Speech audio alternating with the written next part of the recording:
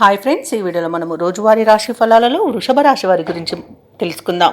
అంతకన్నా ముందు చిన్న రిక్వెస్ట్ ఫ్రెండ్స్, ఈ వీడియో మొదటగా చూస్తున్నట్లయితే లైక్ చేయండి, షేర్ చేయండి, అలాగే సబ్స్క్రైబ్ చేయడం అసలు మర్చిపోవద్దు. మీ యొక్క సపోర్ట్ నాకెంతో అవసరం.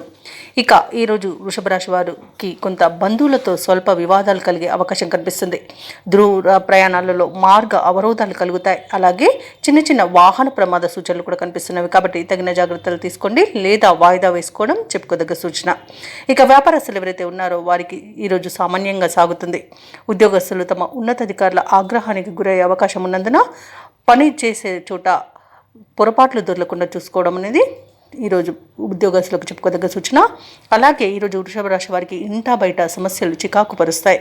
ఆధ్యాత్మిక సేవా కార్యక్రమాలపై ఆసక్తి పెరుగుతుంది. దేవాలయాలను సందర్శిస్తారు. దేవాలయాలను సందర్శించినప్పుడు మీరు ముఖ్యంగా గుర్తుంచుకోవాల్సింది, మీ ఇష్టదైవం యొక్క ఆరాధన అనేది మీకు మంచి చేస్తుంది. కాబట్టి తప్పకుండా ఆ దిశగా ప్రయత్నించండి. ఇక ఈరోజు వృషభ రాశి వారికి అవమానాలు అనేవి ఎదురవుతాయి, నష్టాలను ఎదుర్కొంటారు. అలాగే ఈరోజు కాస్త అగ్ని ప్రమాదాలు జరిగే అవకాశం ఉన్నందున కార్మికులు కాస్త జాగ్రత్తగా ఉండండి. ఇక రాజకీయ నాయకులకు పదవి వియోగం అనేది కలిగే అవకాశం ఉన్నందున పొరపాట్లు దొరకకుండా చూసుకోండి. అలాగే నమ్మిన వారు మోసం చేసే అవకాశం ఉన్నందున కాస్త జాగ్రత్తగా ఉండండి. అలాగే విద్యార్థులు సమయపాలన పాటించకపోవడం వలన విద్యా నష్టం అనేది కలుగుతుంది. అలాగే ఈరోజు తొందరపాటు అనేది వృషభ రాశి వారికి అస్సలు పనికిరాదు. ఇక వైద్యులకు ఇబ్బందులు ఎదురవుతాయి. వ్యాపారస్తులకు వ్యాపార నష్టం కనబడుతుంది. ఇక విత్తనాల విషయంలో రైతులు మోసపోయే అవకాశం కనిపిస్తుంది. సినీ రంగం వారికి కూడా నష్టాలను ఎదుర్కొంటారు. ఇక ప్రయాణాలు ఎవరైతే చేస్తున్నారో వారు ఇబ్బందులను ఎదుర్కొంటారు. ఇక ఉద్యోగస్తులు లంచాలు తీసుకోవడం వలన ఉద్యోగం కోల్పోయే అవకాశం కూడా కనిపిస్తుంది. ఇక ఈరోజు వాహన ప్రమాద సూచనలు ఉన్నవి కాబట్టి జాగ్రత్తగా ఉండండి.